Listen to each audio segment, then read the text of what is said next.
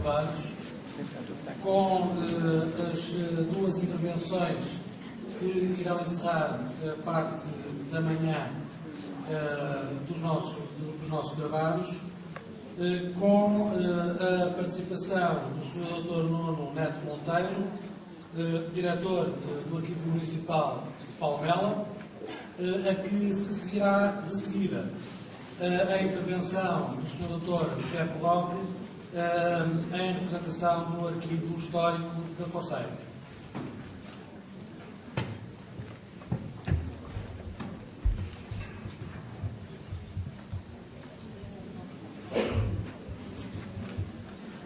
Muito bons dias a todos. Antes do mais, gostaria de agradecer, em nome da Câmara Municipal de Palmela e da equipa do Arquivo Municipal, que preparou em conjunto a apresentação que vou ter de seguida, gostaria de agradecer à SHP o convite que nos dirigiu para participarmos nesta jornada. Bom, gostaria de vos falar um pouco sobre o Concelho de Palmela, desde a sua fundação à sua restauração, de forma que passarei a ler aqui um pequeno texto respeitante, depois sobre a evolução do Arquivo Municipal e, finalmente, ao processo de informatização que se encontra em curso. O Concelho de Palmela é o mais antigo concelho da Península de Setúbal. A sua fundação remonta ao Foral Velho de Dom Afonso Henriques, datado do mês de março de 1185. Anteriormente havia sido atribuída a Carta de Foral aos Mouros Forros, em 1170, onde se garantiam certas regalias e liberdades. Mais tarde, o Foral Manuelino, datado de 1 de junho de 1512, vem atualizar os encargos tributários, onde se indicava o que o concelho devia pagar à coroa. Incontornável é a importância da Ordem Militar de Santiago da Espada em Palmela, que a partir de 1423, por ordem de Dom João I, passa a ter a sua sede no Castelo de Palmela. Mais tarde é emitida uma Carta Régia, datada de 5 de maio de 1443, a fixar definitivamente a cabeça da Ordem Militar de Santiago da Espada em Palmela. Esta realidade manteve-se até à extinção das ordens militares em 1834. O Concelho de Palmela, fundado no século XII, foi extinto pelo decreto de 24 de outubro de 1855 e integrado no Concelho de Setúbal, na sequência de mais uma reorganização administrativa levada a cabo por Fontes Pereira de Melo no quadro da regeneração. Os mais de 800 concelhos existentes no antigo regime haviam sido reduzidos a pouco mais de 300 pelos finais do século XIX. No entanto, Palmela não desistiu das suas pretensões de voltar a constituir-se como sede de concelho. As sucessivas petições ao Parlamento Republicano foram sistematicamente rejeitadas na sua concretização, uma vez que o peso relativo dos deputados de Setúbal era bastante considerável e tornava impossível uma resposta positiva às pretensões de Palmela. Só em 1926, após o golpe militar de 28 de maio, e através da intervenção direta de dois oficiais generais que integravam a junta militar, o general Amílcar Mota e o contra-almirante Jaime Freixo, que intercederam diretamente a favor dos interesses de Palmela, tornou-se então possível a restauração do concelho pelo decreto número 12.615, datado de 1 de novembro de 1926. Agora vou falar-vos um pouco sobre a evolução do Arquivo Municipal de Palmela. Primeiramente, temos o Programa de Recuperação de Arquivos de Interesse Municipal, o PRAIM. A proposta de 1994 lança a ideia da estruturação e implementação de uma política arquivística para o Concelho de Palmela, não obstante a inexistência de um arquivo histórico municipal e da existência apenas de medidas isoladas nesta área.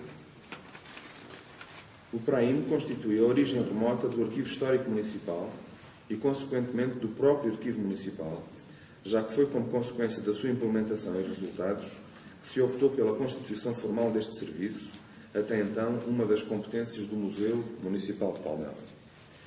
Os objetivos do PRAIM eram identificar, inventariar, organizar e preservar fundos documentais com interesse histórico existente no concelho, quer estivessem ou não em situação de risco.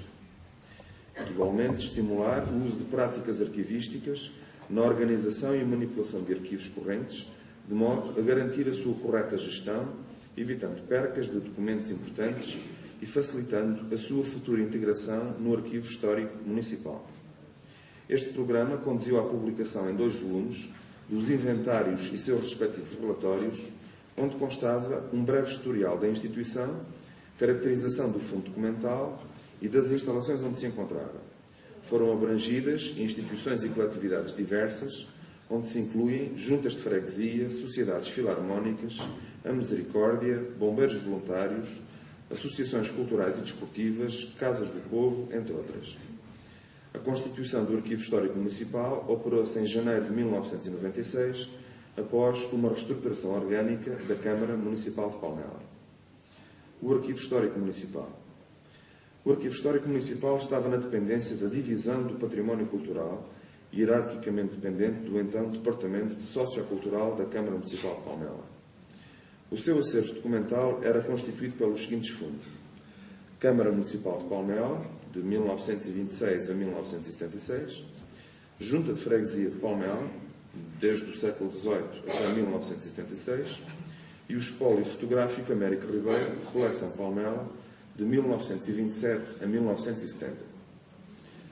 Foi realizado um inventário do Fundo Câmara Municipal de Palmela, cuja estrutura se baseia no quadro de classificação dos arquivos municipais, realizado pelo Dr. José Maris Fernandes e publicado em 1989 pelo Instituto Português de Arquivos. O Arquivo Histórico Municipal desenvolveu inúmeras atividades de difusão, das quais se destacam a publicação do Inventário do Arquivo Histórico Municipal, a publicação dos 2 volumes do PRAIM, a publicação de imagens do Espólio Fotográfico Américo Ribeiro em livro e através de 2 coleções de postais de periodicidade anual, a realização das mostras documentais sobre o Fundo CMP, as juntas de freguesia e as sociedades filarmónicas do Concelho. O Arquivo Histórico, constituído e vocacionado para a documentação histórica, tinha pouca ou nenhuma capacidade de intervenção em relação à documentação de idade corrente e intermédia, sendo que esta situação deveria ser alterada por forma a promover o correto funcionamento do sistema de arquivo. Temos, finalmente, o Arquivo Municipal. Após uma nova reestruturação orgânica da Câmara Municipal de Palmela, foi constituído em janeiro de 2001 o Arquivo Municipal de Palmela, tendo este passado a depender hierarquicamente da Divisão de Administração Geral do Departamento de Administração Geral e Finanças. Pretende-se estabelecer uma gestão integrada do sistema de arquivo e uma política de arquivo municipal, assim como procedimentos administrativos e arquivísticos uniformes para toda a Câmara Municipal. Desta forma, encontra-se em elaboração o regulamento do Arquivo Municipal e pretende-se a conclusão a curto prazo do Plano de Classificação Global para a Câmara Municipal de Palmela. Está atualmente a proceder-se à reestruturação, atualização do inventário Fundo Câmara Municipal de Palmela e do Fundo Junta de Freguesia de Palmela. Quanto à documentação fotográfica, está a proceder-se ao tratamento dos negativos do Espólio Fotográfico Américo Ribeiro e à sua duplicação pelo Instituto Português de Museus. Este também está a ser alvo de digitalização e tratamento de imagem e consequente gravação para a CD-ROM. Finalmente, a informatização do Arquivo Municipal de Palmela.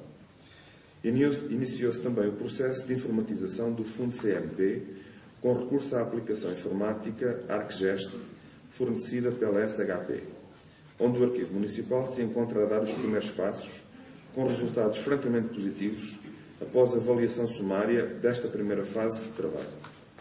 Tornou-se possível esta fase de análise e exploração da aplicação, uma vez que a SHP disponibiliza gratuitamente e sem qualquer compromisso uma versão de demonstração do programa aos arquivos e entidades que se mostrarem interessados em proceder a uma total avaliação do ArcGest, com inserção de dados e execução de testes na pesquisa e recuperação da informação.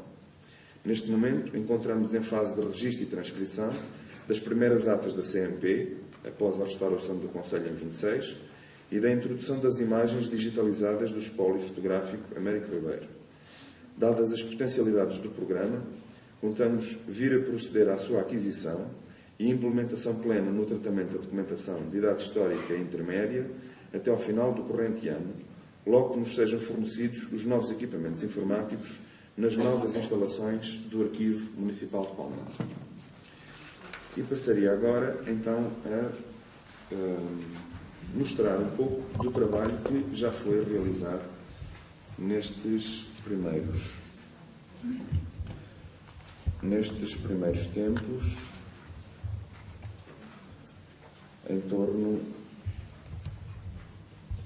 das atas de 1926 da Câmara Municipal de Palmela e do Fundo Fotográfico Américo Ribeiro.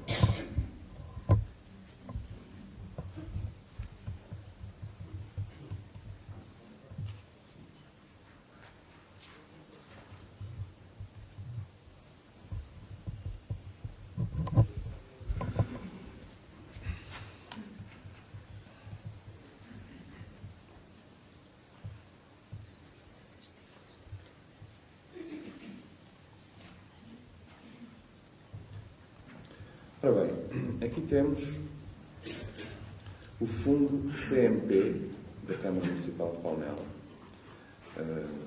a secção B, órgãos do município, a subsecção A, Câmara Municipal, a série 001, atas da Câmara Municipal. Não constituímos uma subsérie, uma vez que não era necessário. A unidade de instalação, atas da Comissão Administrativa e aqui temos, ao nível do documento, o auto de juramento e posse da Comissão Administrativa do Concelho de Palmela.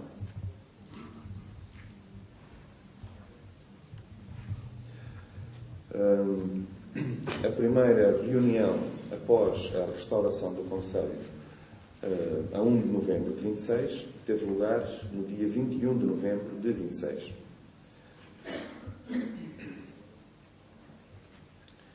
Aqui temos,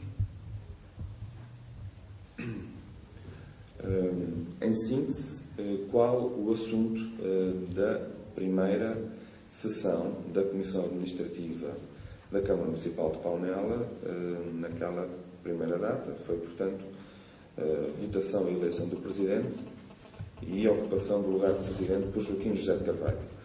A figura de Joaquim José de Carvalho é uma figura muito interessante na história da restauração do Concelho, uma vez que se tratava de um velho republicano que desde 1914 havia iniciado os seus movimentos, petições à Assembleia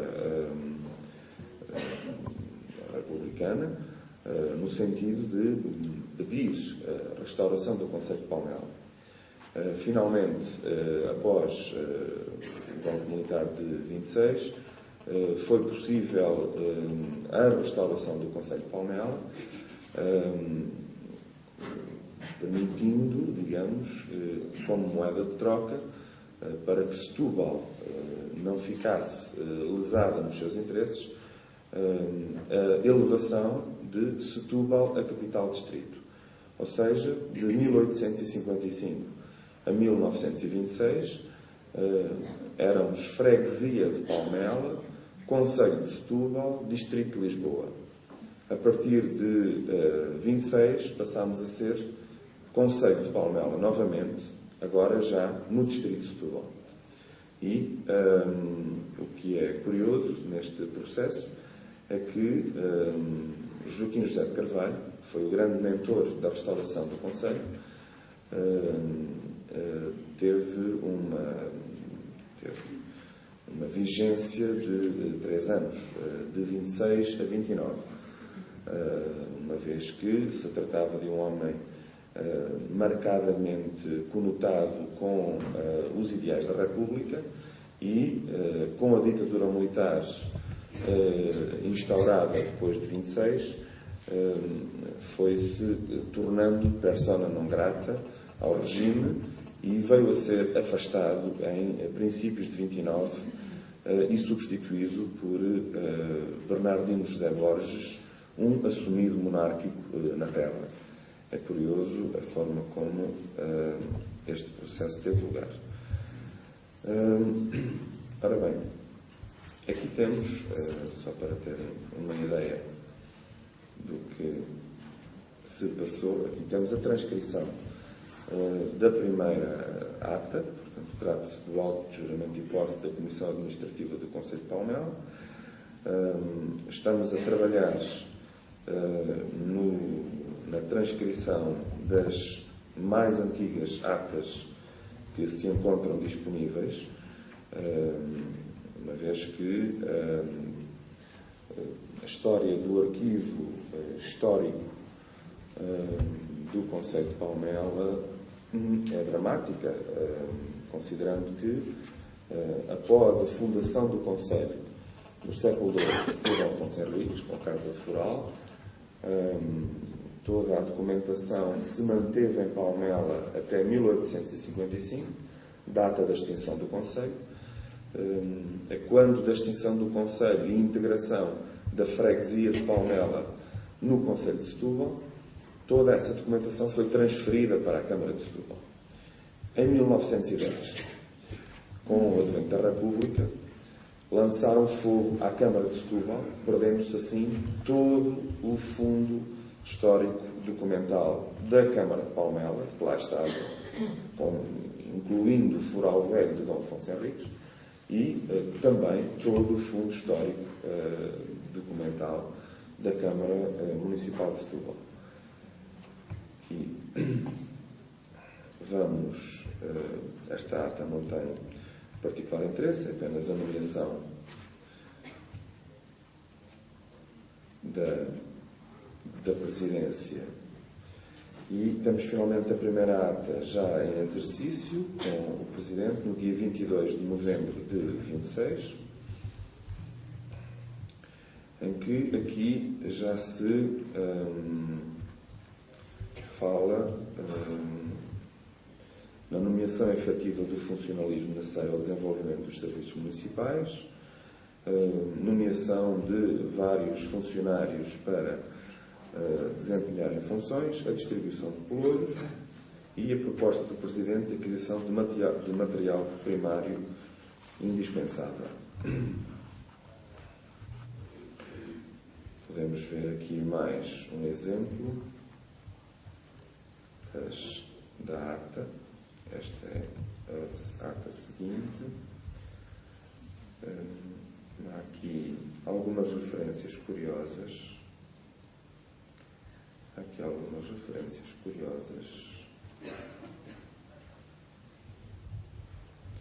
Tem a ver com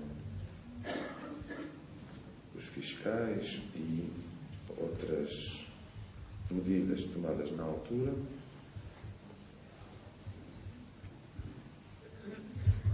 E temos aqui esta nota. Em seguida, o Sr. Presidente propôs, sendo aprovado por unanimidade, que fossem enviados telegramas de saudação aos excelentíssimos Ministros do Interior e da Marinha, Governador Civil, General Amilcar Mota e Câmara Municipal de Setúbal. É uma nota interessante neste momento da vida da Câmara Municipal de Palmela. E vamos ver aqui só mais um ou dois exemplos para tomarem contacto com aquilo que foi a realidade da Câmara Municipal de Palmela. Neste seu início, há aqui um voto de louvor aos funcionários por prescindirem do seu ordenado até ao fim do mês de novembro, uma vez que a situação financeira da Câmara naquela altura não deveria ser nada famosa. Temos ainda algumas questões sobre as limitações do Concelho com Setúbal e com a Moita. Passando à frente.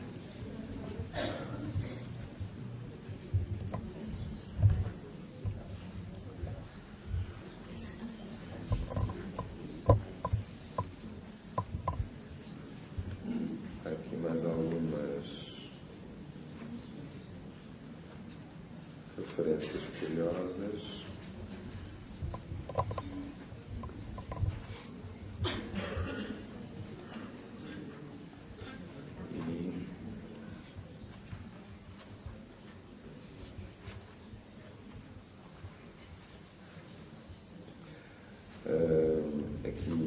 a esta referência do Presidente, que, ratificando a sua anterior afirmação, disse que não contribuiria, senão em casos extraordinários, para o agravamento dos impostos. Esclarece que há um género importado, os refrigerantes, que neste Conselho gozaram sempre de um privilégio em detrimento de um produto nosso, o vinho, ao qual, durante o verão, fazem grande concorrência. Propunha, por isso, que os refrigerantes fossem tributados com 20 centavos em litro. Aprovado. Ou seja, esta questão da água, como viram na apresentação anterior do Ministério das Finanças, não é uma questão nova. Já os refrigerantes também faziam concorrência ao vinho, logo se decidiu que havia de se fazer ali uma tributação especial para a proteção do produto natural da região.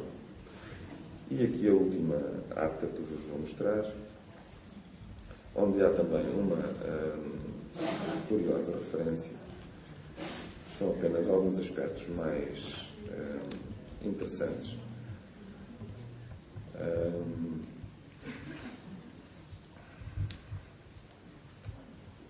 Este do mobiliário também é muito curioso. Esta do mobiliário que reflete bem também qual era a realidade que se vivia do ponto de vista financeiro no Conselho na altura.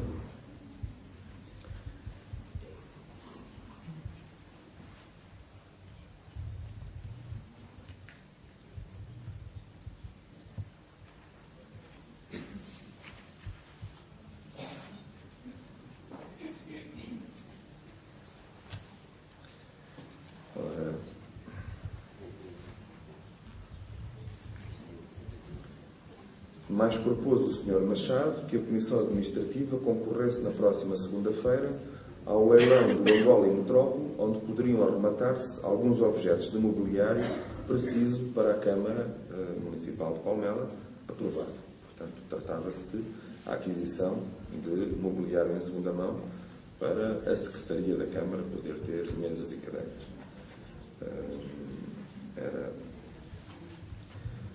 E aqui uma outra referência, e também que a Câmara envie já um telegrama ao excelentíssimo Sr. General Carmona por ter sido elevado à mais alta magistratura da nação, aprovado por unanimidade. E apresento-vos aqui um último exemplo, que também me parece bastante curioso.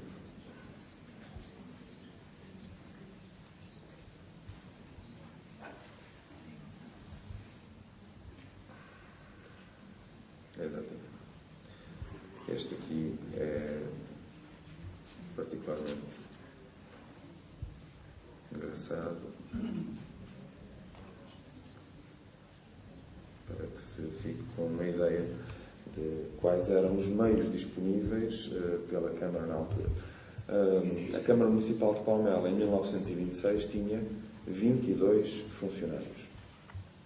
Ficam com a ideia? A dimensão do território do Conselho era a mesma que hoje.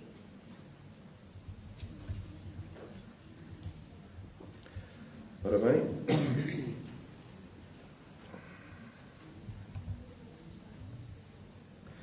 passou-se depois à leitura do expediente, entre a qual algumas propostas orçamentais pedidas para o fornecimento de 2 bicicletas para a fiscalização e uma para o fornecimento de 1000 chapas em folha, ilustradas, a preto e branco, para matrículas dos carros. Tudo tomado na devida consideração. Os fiscais deveriam percorrer todo o Conselho em bicicleta. O Conselho ainda hoje tem mais de 800 km de aceiros. Não estamos a falar de estradas asfaltadas. Aceiros são aqueles caminhos de terra batida que necessitam de ser asfaltados. Em bicicleta é certamente uma aventura. Bom, e neste momento gostaria de passar para o outro fundo.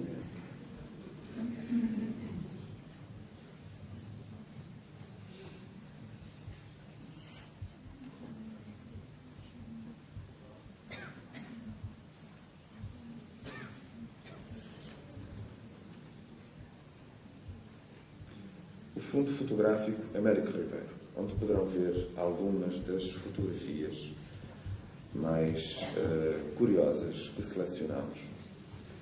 É um fundo que vem desde 1927. Nesta imagem temos uma vista parcial das ruínas da Igreja de Santa Maria, a casa de Hermegildo Capelo, que nasceu em Palmela, a Igreja de Santiago e a atual pousada. Ora,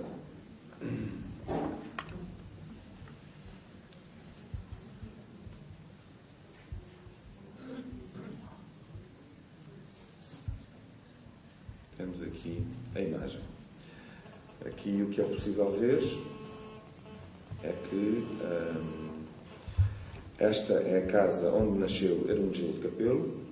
Estamos virados para Poente, portanto temos à nossa direita o norte, à nossa esquerda o sul, portanto daqui a vista para Lisboa, daqui a vista para Setúbal, lá ao fundo está Sesimbra, nas nossas costas temos toda a planície do Alentejo até Espanha. Esta é a Igreja de Santiago, que aqui vemos, e aqui as ruínas do antigo convento da Ordem Militar de Santiago da Espada. Trata-se de um edifício do século XVIII que, com a extinção das ordens militares em 1834, na sequência da Guerra Civil entre liberais e absolutistas, ficou ao abandono. Esta imagem datará de meados do século XX, finais de 1940, princípios de 1950, e aqui temos as ruínas da Igreja de Santa Maria, a primeira igreja a primeira freguesia do concelho, a freguesia de Santa Maria do Castelo, que em 1850 foi extinta e integrada na freguesia de São Pedro da Vila. No concelho havia ainda a freguesia de São Pedro da Marateca. Até 1850 tínhamos 3 freguesias.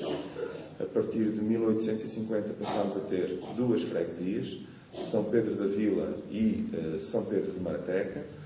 E a partir de 28 surgiram então as freguesias de Quinta do Anjo e Pinhal Novo.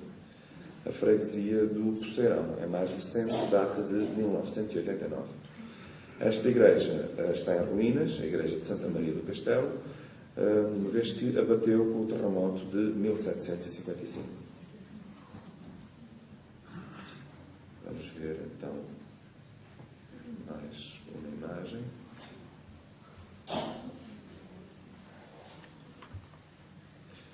Trata-se de uma vista geral da vila e do castelo.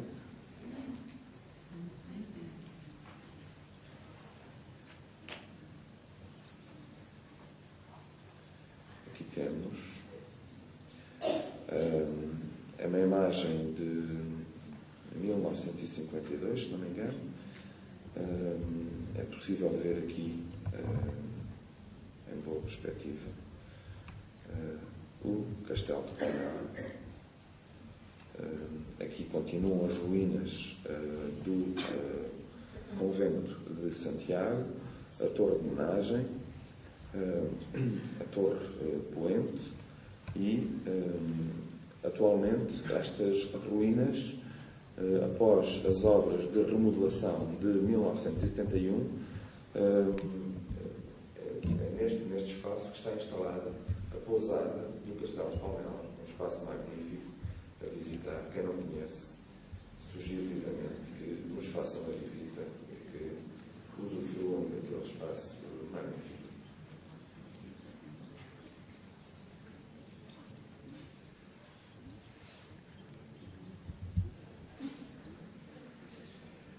Agora sim, vamos deixar a água e vamos nos virar para o vinho, que naturalmente é o nosso produto de eleição. Aqui temos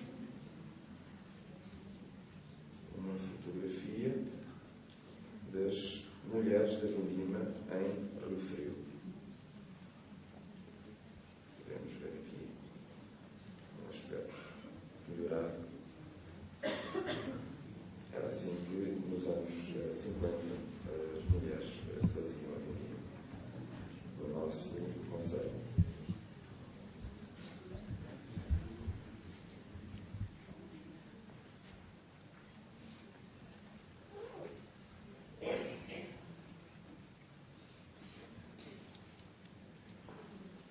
A seguir temos a escolha de uvas para a exportação. É uma imagem particularmente curiosa, igualmente em Rio Frio.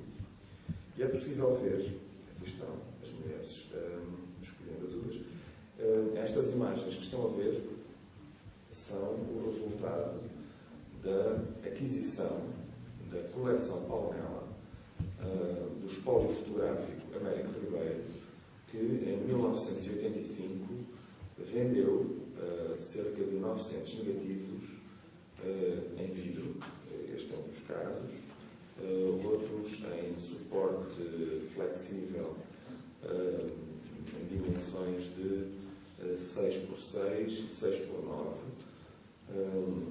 e aqui é possível ver neste canto superior direito a cota inscrita no negativo em vidro pelo fotógrafo Américo Ribeiro. Está escrita no verso do negativo, uma vez que aqui temos a possibilidade de ler,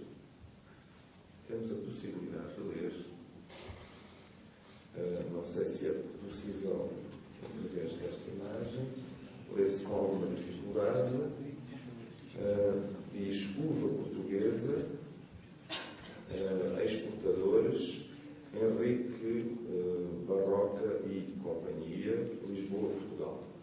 Portanto, tratava-se de uma caixa onde estavam a ser acondicionadas as uvas para a exportação. Passemos então à imagem seguinte.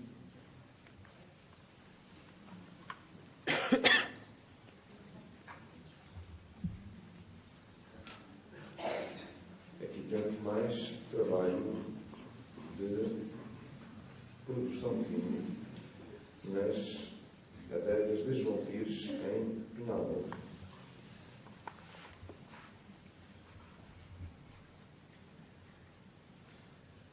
Também uma imagem dos anos 50. Aqui estão os homens trabalhando, tratando da massa que irá produzir o vinho, virando as massas para que depois, por aqui, pudesse ser recolhido o mosto.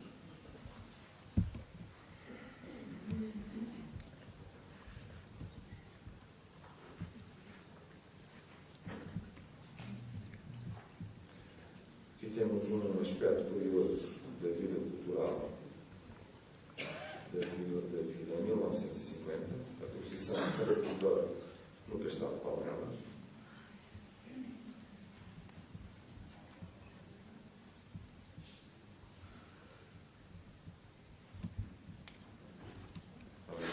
Aqui temos uma imagem do castelo. Esta imagem é de 1950. Aqui, deste lado, está a Igreja de Santa Maria, que vimos na perspectiva inversa logo no início da apresentação desta sequência de imagens. Aqui é a casa onde nasceu Hermenegildo Capelo, e aqui neste recanto encontra-se uma placa que naturalmente não temos definição para poder ler, que foi colocada em 1942 por ocasião do centenário, das comemorações do centenário do nascimento de Hermenegildo Capelo. Temos depois outras imagens que hoje não estão aqui disponíveis, justamente dessas comemorações. Continuando a visualizar a coleção Palmela do Fundo Américo Ribeiro, temos aqui e imagens de uma pamplona em Palmela. Ou seja, uma largada de touros à moda de Pamplona, na rua em que os populares se divertem a largada de touros. Aqui temos uma imagem particularmente interessante.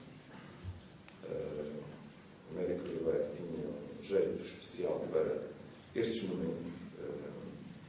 Temos, por um lado, um cunho muito interessante do ponto de vista documental, ou seja, quase que podemos publicar um volume de Palmela desaparecida, com imagens que vêm desde 1927, em que as ruas, os largos, as praças, os monumentos foram tomados com particular atenção.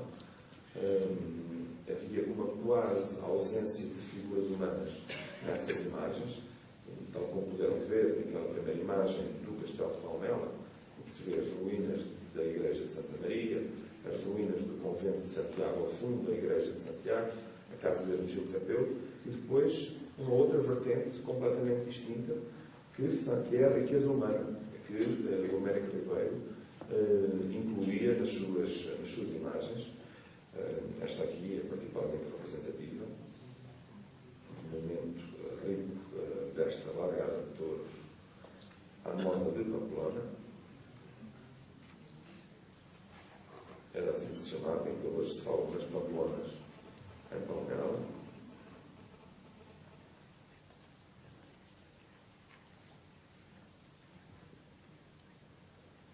Aqui temos mais uma imagem particularmente curiosa. É um monumento, é um homem sendo colhido pelo touro, é um monumento particularmente bem captado.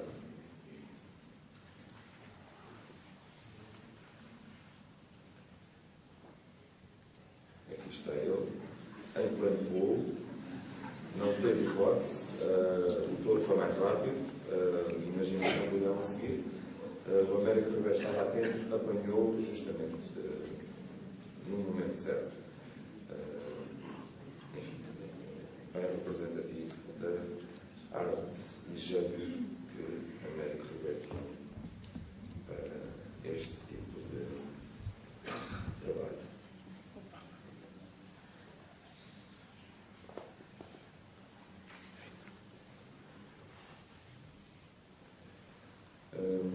Junto com estas festividades, aqui temos uma fotografia dos carros alegóricos que tiveram lugar em 8 de abril de 51, faziam-se várias festas organizadas pelas sociedades filarmónicas.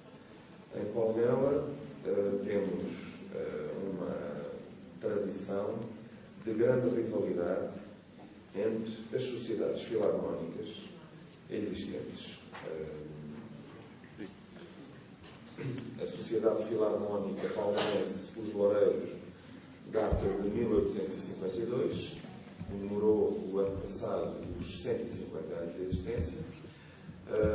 Depois, com algumas convulsões internas, verifica-se a fundação de uma outra sociedade filarmónica, a Sociedade Filarmónica Humanitária, em 1864, 12 anos depois, e, desde então, estas duas sociedades filarmónicas degladiam-se, e até há bem pouco tempo, no sentido mais literal da palavra, com grande intensidade, a rivalidade entre as bandas filarmónicas, o coral das filarmónicas, as festas realizadas pelas filarmónicas, eram levadas com grande entusiasmo por parte da população. Havia, inclusive, delimitação territorial entre os de cima e os de baixo.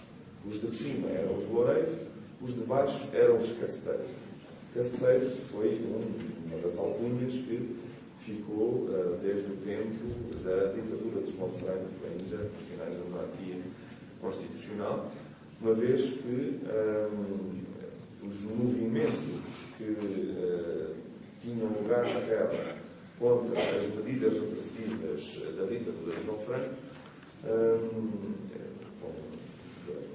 de Dom Carlos, eram severamente reprimidos pelos caceteiros, ou seja, havia uma correia de transmissão do poder central e andavam armados de varapaus pelas ruas à noite, não houvesse gente que tivesse a qualidade de se manifestar contra, gritar palavras, dizer alguma coisa contra aquilo que estava a acontecer no país, em Lisboa, por ordem de João Franco. De forma que ficou a alcunha de os caceteiros para a Sociedade Filarmónica Humanitária, que realizava as festas sevilhanas. Esta é uma das imagens de um carro decorado das festas sevilhanas organizadas pela Humanitária. A Sociedade Filarmónica Palmense, os Loureiros, ganharam o epíteto dos Loureiros, uma vez que também em finais do século XIX convidaram um deputado de Setúbal, uma vez que nessa altura Palmela era freguesia do Conselho de Setúbal, um deputado de Setúbal para vir visitar a sede da Sociedade Filarmónica Palmense. E, na altura, resolveram decorar o interior da sala, onde iria ter lugar o concerto pela banda filarmónica, com ramos de folhas de louro. E, para dar um bom cheirinho à sala, foi essa a intenção. Desde então, os de baixo, os caceteiros, passaram a alcunhar os de cima como os loureiros, por terem decorado a sala com ramos de folhas de louro. De forma que se vive um bocado este tipo de rivalidade, já para não falar nas cenas de pugilato, que também tinham lugar assiduamente à porta das tabernas, em particular junto à linha de fronteira entre o território de baixo e o território de cima, que era, digamos que na altura em que a vila tinha um conjunto reduzido de casas e tinha duas ruas direitas, as outras eram pequenas paralelas de menor dimensão. A banda de cima descia uma das ruas, chegava à travessa que limitava o território, voltava a subir pela outra rua para cima. A banda de baixo subia a rua de baixo até à mesma travessa, virava e voltava a descer. Portanto, aquela travessa ali era efetivamente a travessa que delimitava o território entre os de cima e os de baixo. Quando havia incursões de grupos de homens que, saindo das tabernas já bastante entusiasmados nas noites, e faziam incursões no território do rival, as soqueiras em ferro eram utilizadas com bastante frequência, queixos partidos também tinham lugar assiduamente. Isto estamos a falar da década de 20, década de 30, década de 40, mas ficou para a memória este tipo de atos que tiveram lugar naqueles tempos e que fazem parte do nosso património, quer queiramos, quer não. Aqui temos, então, uma imagem da banda da Sociedade Filarmónica Palmense, os Loureiros, no dia 25 de outubro de 1952, o dia do centenário, as comemorações do centenário da banda filarmónica palmense, os Loureiros. Vamos ver a imagem. Cá está, junto à sede, a banda filarmónica, cá em cima, portanto, está no topo da vila. É possível ver aqui,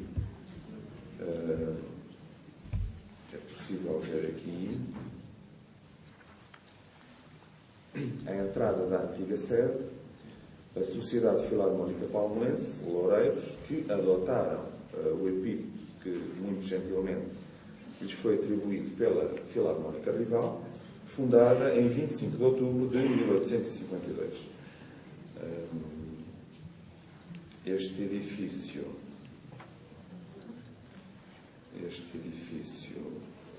já não existe.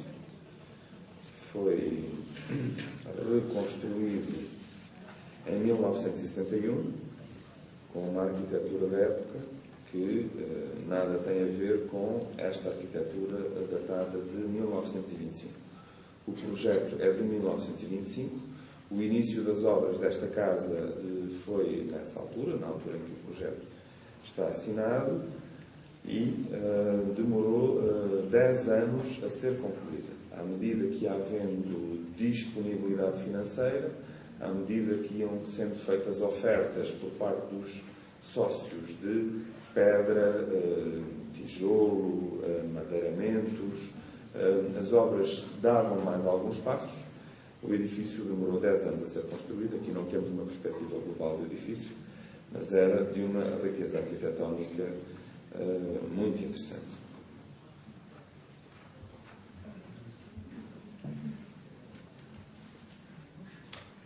Passemos à imagem seguinte.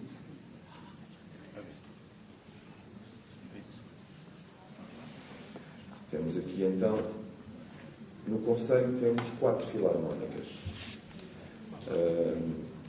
A Sociedade Filarmónica Palmoense dos Loureiros, na Vila de Palmela, a Sociedade Filarmónica Humanitária do Epíteto dos Caceteiros, também na Vila de Palmela. Depois temos a Sociedade de Instrução Musical, na Quinta do Anjo, e a Sociedade Filarmónica União Agrícola, em Pinhal Novo. Digamos que é uma terra é um concelho rico no ensino e culto da música. Aqui podemos ver a imagem da orquestra jazz, as meninas do tipo cênico, os diretores, um jovem aqui interessado, certamente.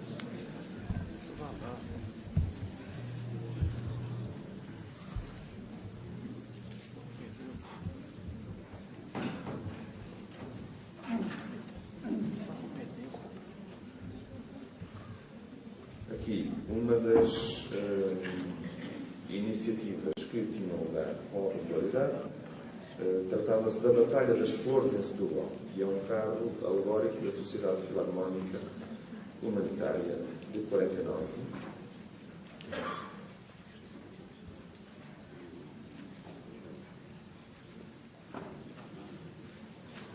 Ora, aqui temos, em Setúbal, Humanitária Saúde a Setúbal, era o carro 21. Aqui temos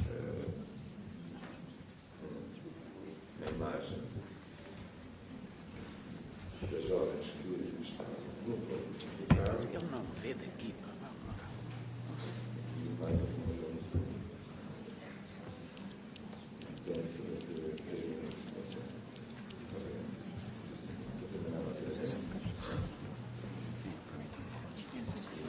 Passamos então à ficha seguinte.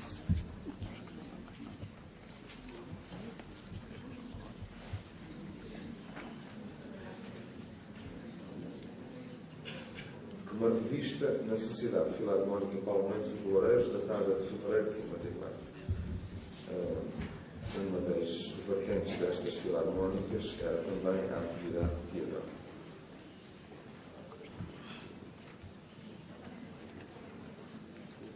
Agora aqui temos 1954, uma revista musicada na Sociedade Filarmónica Palmoense dos Loureiros. É possível ver aqui o motivo que foi adotado definitivamente pela Casa, a coroa de louros que se encontra presente.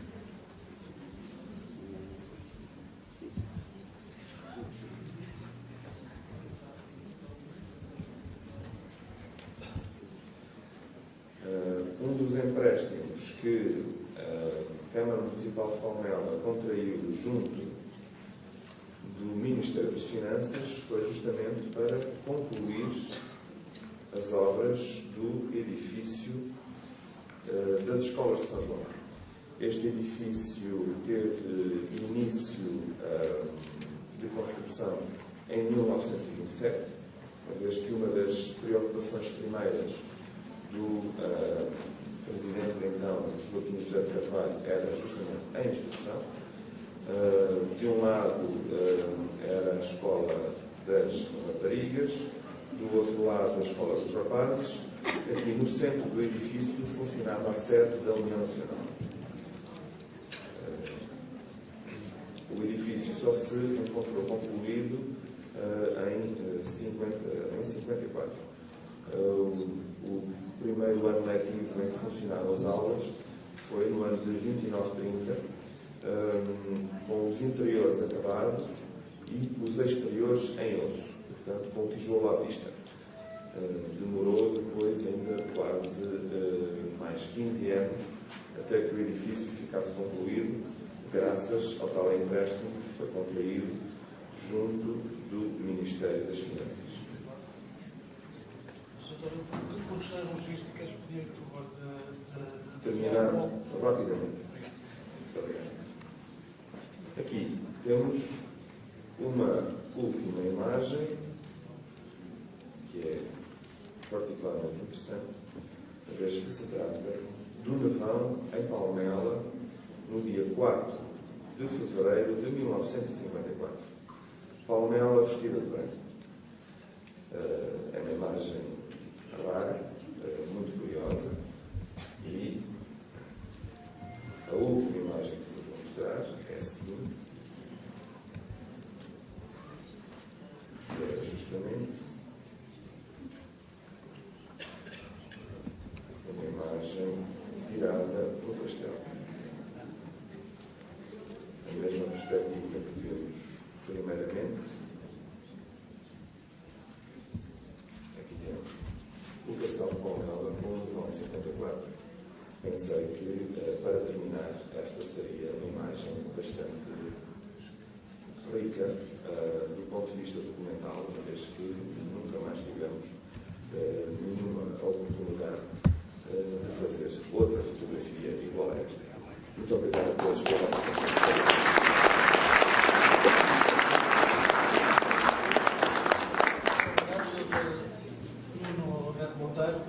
Pela sua intervenção, que ilustra bem uma das potencialidades da aplicação informática do ArcGest.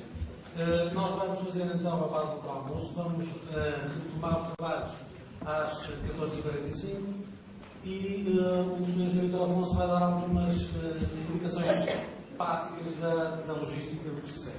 Muito obrigado. Todas as pessoas que pegaram o almoço, sair desta porta, em frente está outra porta, portanto, todos terão uma emenda desta. Se houver alguém que tenha pago e não tenha, terá lá pessoas para esclarecer o caso. Portanto, o almoço será ali em frente. Obrigado. Recomeçamos os trabalhos às 14h45.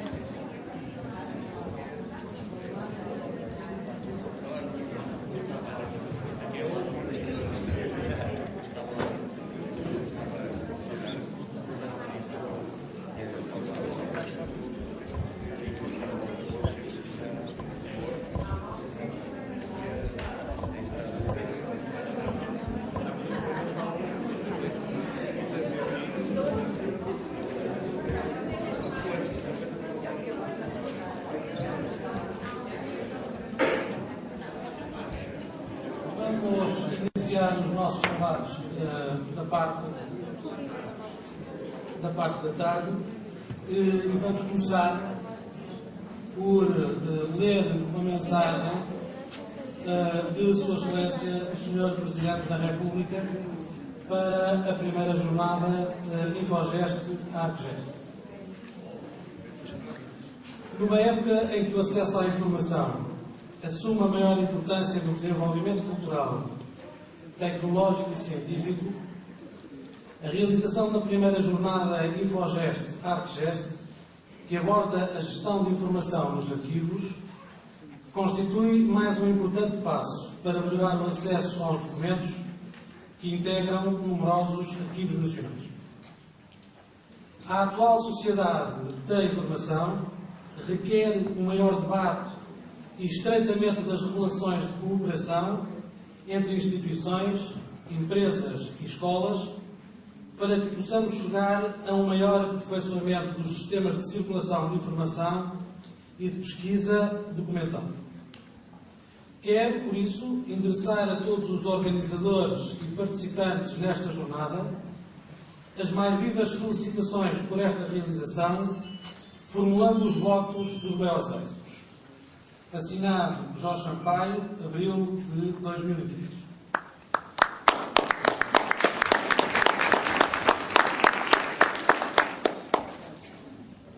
Vamos então continuar os trabalhos com a intervenção do Sr. Dr. Pepe Doc do Arquivo Histórico da Força Aérea, seguindo-se a intervenção do Sr. Tenente-Coronel Anicete Afonso do Arquivo Histórico Militar e a intervenção do representante da Universidade de Trás-os-Montes de Alto.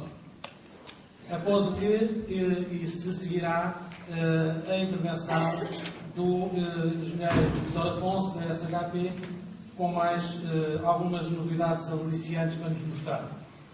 Eu gostava, antes de mais, de me congratular com a presença do Sr. Presidente da Associação Portuguesa de Bibliotecários, Arquivistas e Documentalistas, que muito honra esta organização com a sua presença. Muito obrigado.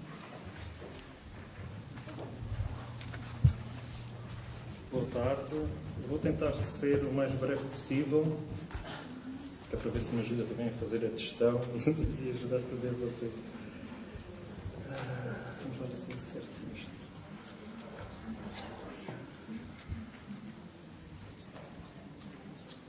Vou começar por uma breve história da história aeronáutica, mas muito resumida, só para se perceber a existência desta instituição que é a Força Aérea e qual o prazo de vida também, há quanto tempo é que existe o Arquivo Histórico. O primeiro projeto de lei do Dr. António José de Almeida para a criação do Instituto de Aviação Militar data de 1912. Ainda de 1912 dão-se os primeiros voos de piloto português em Portugal.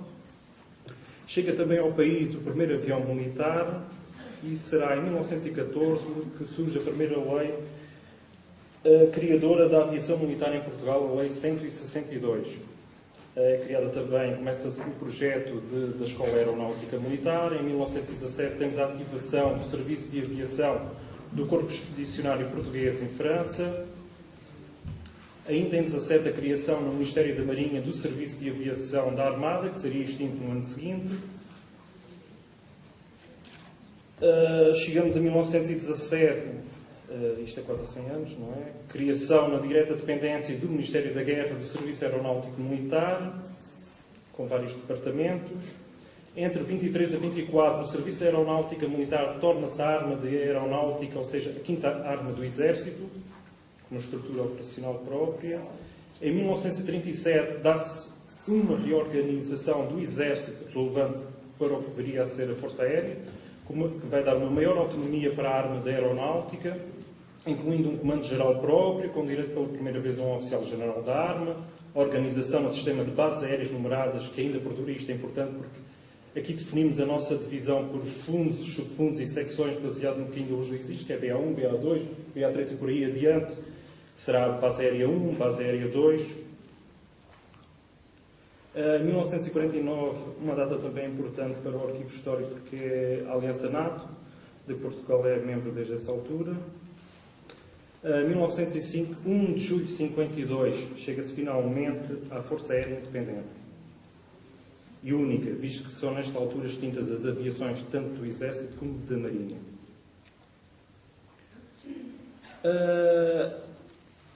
Já viram que as primeiras preocupações em termos aeronáuticos militares surgem em 1912, 40 anos depois chegamos a 1952 e é aí que então vamos ter uma Força Aérea como ramo independente. Passaram-se 40 anos. Vão-se passar muitos mais anos. Passa-se a guerra no ultramar, passa-se o 25 de Abril e só após o 25 de Abril é que surge uma primeira preocupação, que é a salvaguarda e estudo da documentação histórica relacionada com a presença da Força Aérea no ultramar. É criado em 1966 o Arquivo Histórico da Aviação Militar. Posteriormente, em 1981, é criado o Arquivo Central Histórico da Força Aérea. Tanto um como o outro não tinham predominantemente o objetivo de serem arquivos definitivos, mas sim mais de arquivos de recolha de espólios de elementos, de elementos ou de familiares de elementos que tivessem passado pela Força Aérea. Até que chegamos a 29 de setembro de 92, em que é criado o Arquivo Histórico da Força Aérea, aquele que estamos a falar hoje, situado no mesmo sítio, no Estado-Maior da Força Aérea, em Alfragide. Agora sim, tem como objetivo ser o que é, ou tenta-se que seja um arquivo definitivo.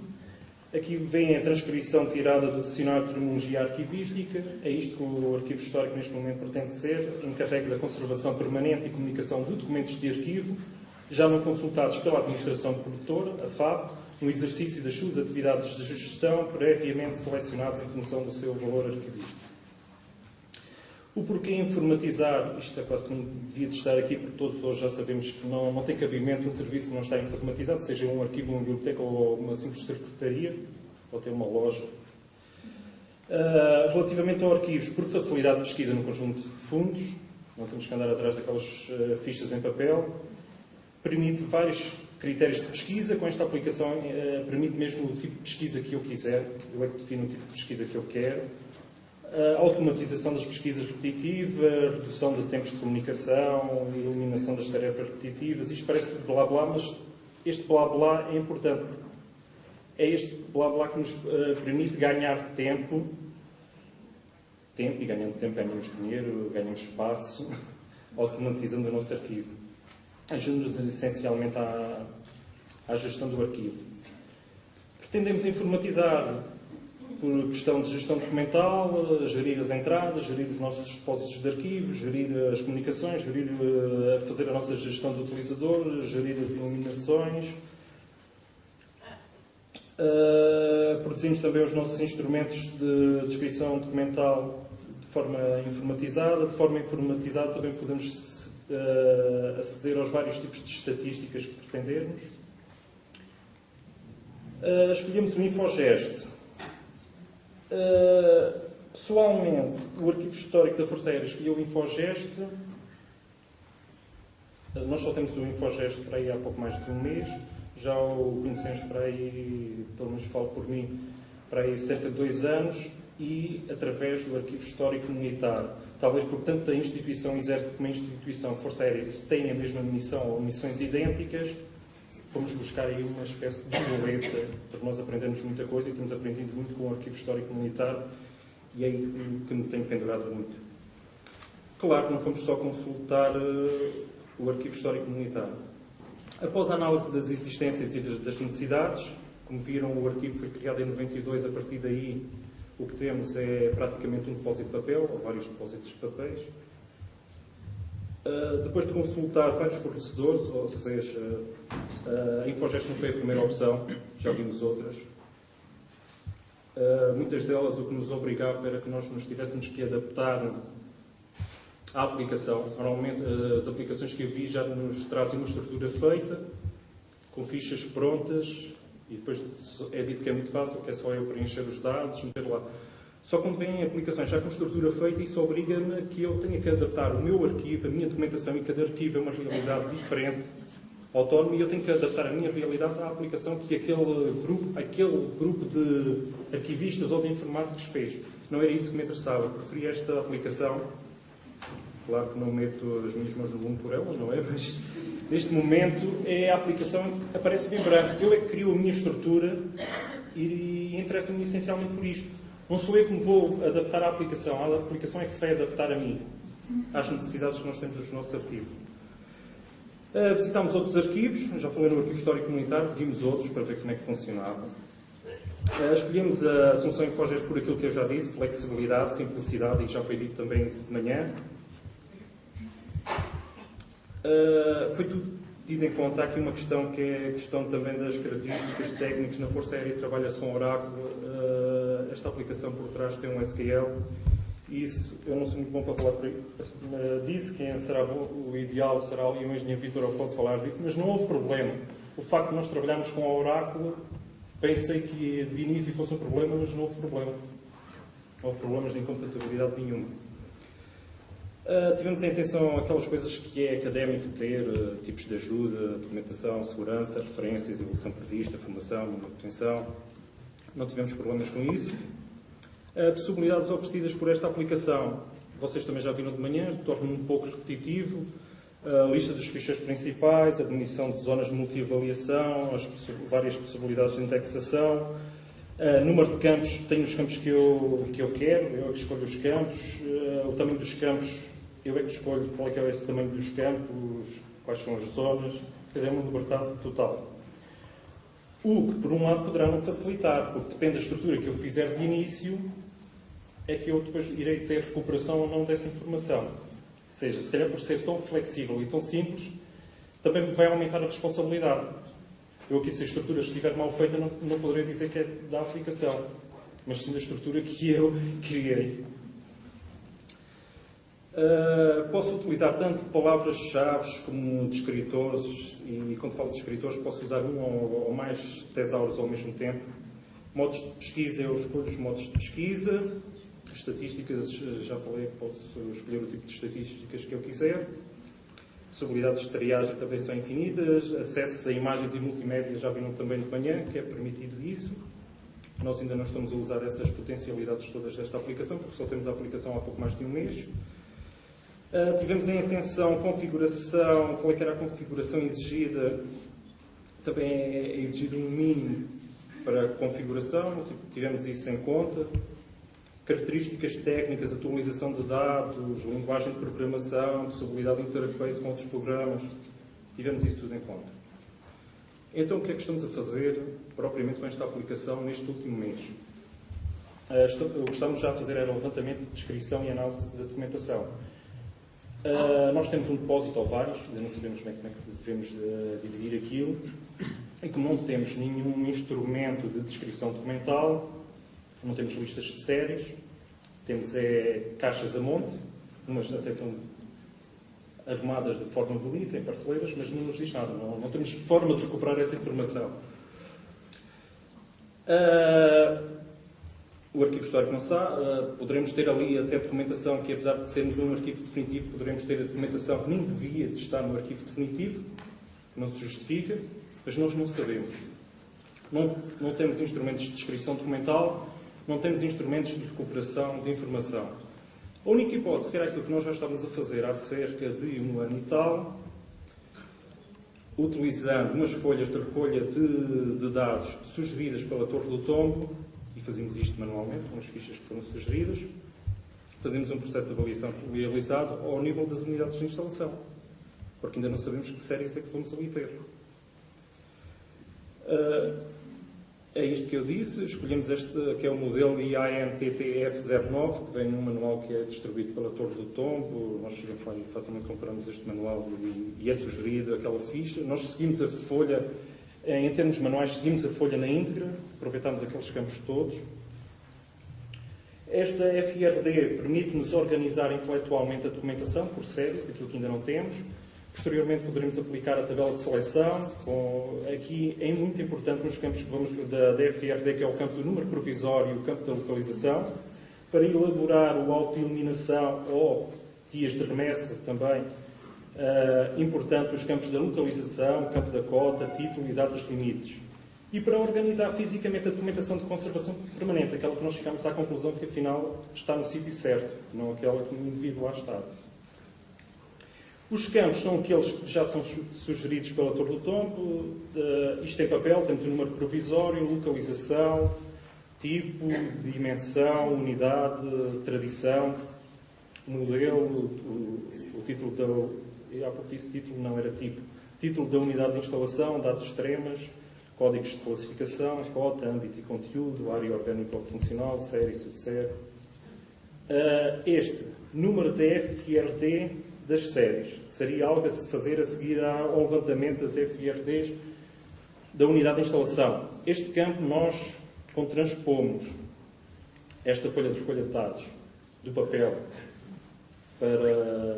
para o Infogest, escolhemos este campo, porque ele automaticamente me faz a ligação, eu não preciso de ter lá este campo. O campo de observações faz sempre falta, pelo menos que sirva para aquilo que eu não sei onde pôr noutros sítios, meto aqui nas observações. O campo nota também não tem interesse numa aplicação informática, não tem interesse, também escolhemos este campo. Esta era a folha que a maior parte deve conhecer. Nós manualmente usávamos esta folha. Quando passámos para o Infogest, e aqui com um aproveitamento mínimo, porque, repito outra vez, só estamos a utilizar há cerca de pouco mais de um mês, o que fizemos foi agarrar na FRD em papel e usar isto como se fosse uma simples base de dados. Ou seja, não estamos a aproveitar este programa nem a 100%, se calhar nem a 50%. O que eu sei é que isto que eu puser agora e quando fizer outra ficha, depois seja da FRD das séries, ou então faço a mesma descrição documental já usando a ZISAB, eu vou recuperar esta informação toda. E isto sempre é melhor do que em papel. Em papel, quando chegamos ali a ter milhares de fichas em papel e a recuperar aquilo tudo, é terrível. Aqui está um aspecto já da ficha, desde o número provisório até as observações, tem os campos todos, à exceção daquele das notas e do número de FRDS. E pronto, foi isto que nós fizemos, foi isto que eu quis mostrar, ou seja, o trabalho de um mês. Isto está feito. Não tenho mais.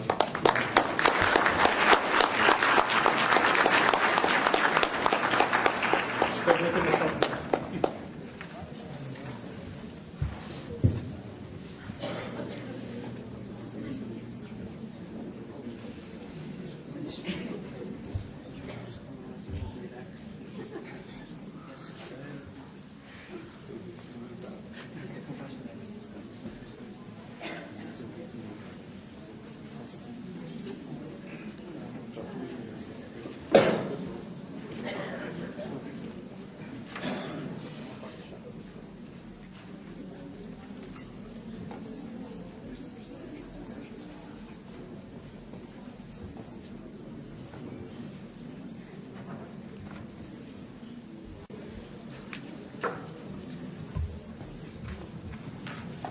Vai-se embora, doutora. Muito boa tarde. Como veem, tenho uma pessoa que me vai ajudar, o Dr. Paulo Santos vai me ajudar. Apesar de tudo, esta é a terceira vez que o Arquivo Histórico Militar apresenta a aplicação informática InfoGest ArcGest.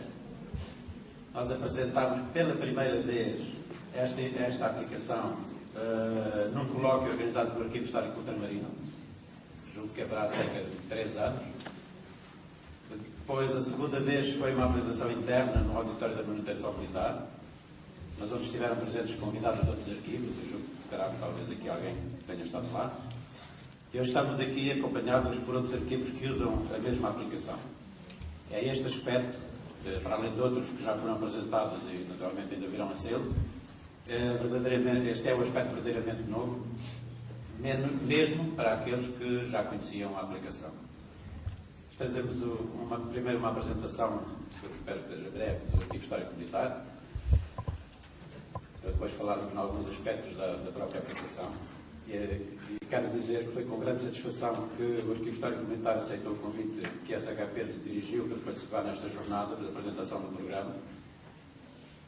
De facto, não podia ser de outra maneira. O Arquivo Histórico Militar esteve envolvido desde o início na concepção e nas primeiras experiências desta aplicação informática.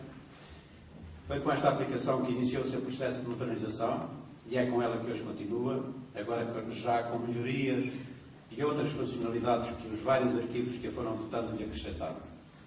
De certa forma, essa relação inicial podemos dizer que não é mais do que um elemento histórico. O Arquivo Histórico Militar é o arquivo definitivo do sistema de arquivos do Exército, assim como de órgãos comuns a outros ramos das Forças Armadas. É a entidade arquivística com competência para proceder à guarda, tratamento e preservação de todos os documentos de valor histórico relativos ao Exército. O Arquivo Histórico Militar é o último elo do sistema de arquivos do Exército, que inclui os arquivos das unidades e órgãos do Exército, o Arquivo Geral do Exército, como arquivo intermédio, e o Arquivo Histórico Militar como arquivo definitivo. No sistema de arquivos do Exército, o fluxo documental processa-se regularmente entre os vários níveis dos seus arquivos: correntes, intermédio e histórico. O Arquivo Histórico Militar está organizado em 2 áreas principais: a secção de Aquisição e Património Documental, a SAPT, assegura todas as operações arquivísticas, desde a aquisição até ao registro patrimonial.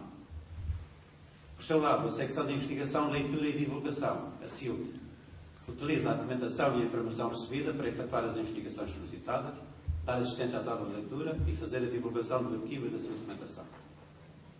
Todas as outras secções, gabinetes, comissões, etc., apoiam técnica, administrativamente e logisticamente a ação, tanto da direção como destas 2 secções que são o fundamental do arquivo. Pode dizer-se que a memória militar do Exército se iniciou com o Conselho de Guerra, criado em 1640, e cujo fundo foi transferido para a Torre do Tombo na segunda metade do século XIX. Desaguaram depois no Arquivo Histórico Militar em sucessivas transferências a partir do século XVIII. Os fundos da Secretaria de Estado dos Negócios dos Estrangeiros da Guerra, depois divididos nos 2, portanto, nós ficámos apenas herdeiros da Secretaria de Estado dos Negócios da Guerra, e depois dos sucessivos órgãos superiores de comando e direção, como o Ministério da Guerra, depois o Ministério do Exército e, atualmente, o Estado-Maior do Exército. O principal acervo documental do Arquivo Histórico Militar inicia-se no século XVIII, embora o documento mais antigo seja de 1508. O Arquivo Histórico Militar é também herdeiro, juntamente com a Engenharia Militar, do Arquivo Militar, criado em 1802. O Arquivo Histórico Militar atual foi criado em 1921. Em 1951, o Arquivo Histórico Militar foi transferido para as instalações que ainda hoje ocupa, no edifício do Museu Militar junto a Santa Apolónia. Atualmente, o Arquivo Histórico Militar recebe os fundos de todas as unidades, órgãos e estabelecimentos do Exército. A documentação do Arquivo Histórico Militar está organizada em grupos de fundos com as seguintes designações: divisões, fundos orgânicos, fundos particulares e fundos especiais. As divisões são coleções resultantes da organização prevista no Regulamento de 1923, que se manteve até 1996. Os arquivistas sabem como isto é. Havia uma estrutura orgânica que obrigava a ao desmantelamento das ordens documentais anteriores, portanto, para distribuir por um classificador que era próprio do arquivo. Foi isso que, infelizmente, durante muitos anos se fez no Arquivo Histórico Militar, nesse grupo de fundos chamados divisões. Essas coleções mantiveram-se até 1996, quando foi elaborado o primeiro plano do Arquivo Histórico Militar e adotadas as modernas normas de organização e descrição arquivística. Os fundos orgânicos são os fundos das unidades, estabelecimentos e órgãos do Exército. Em 1995 iniciou-se a aplicação das regras da arquivística moderna, tendo em conta o princípio da proveniência e da ordem original. Os fundos particulares são fundos e coleções produzidas por pessoa, famílias ou corpos no âmbito das suas atividades públicas ou privadas.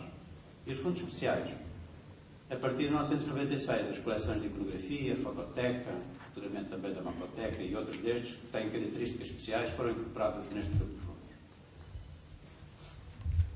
Quanto à informatização, um dos objetivos do plano de 1996-2000 consistia na aplicação de uma base de dados, o que levou à adoção do programa Infogest-Arquigest, em cuja concepção, como já disse, o Arquivo Histórico Militar esteve profundamente empenhado.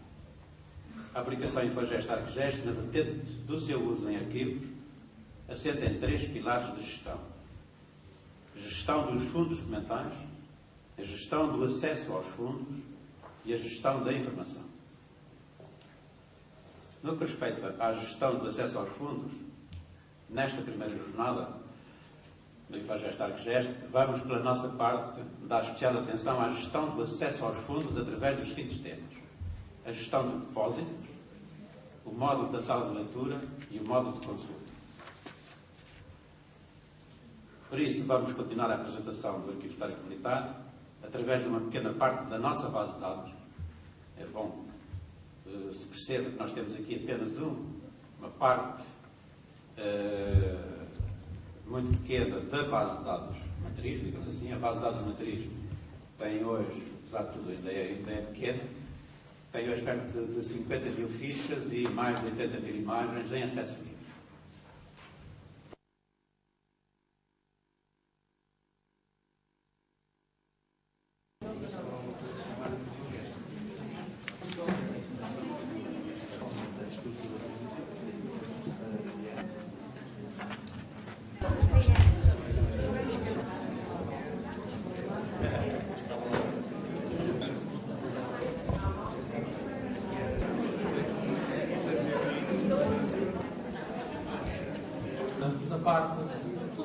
Da parte da tarde, de sua excelente jornada Infogest-Arquigest.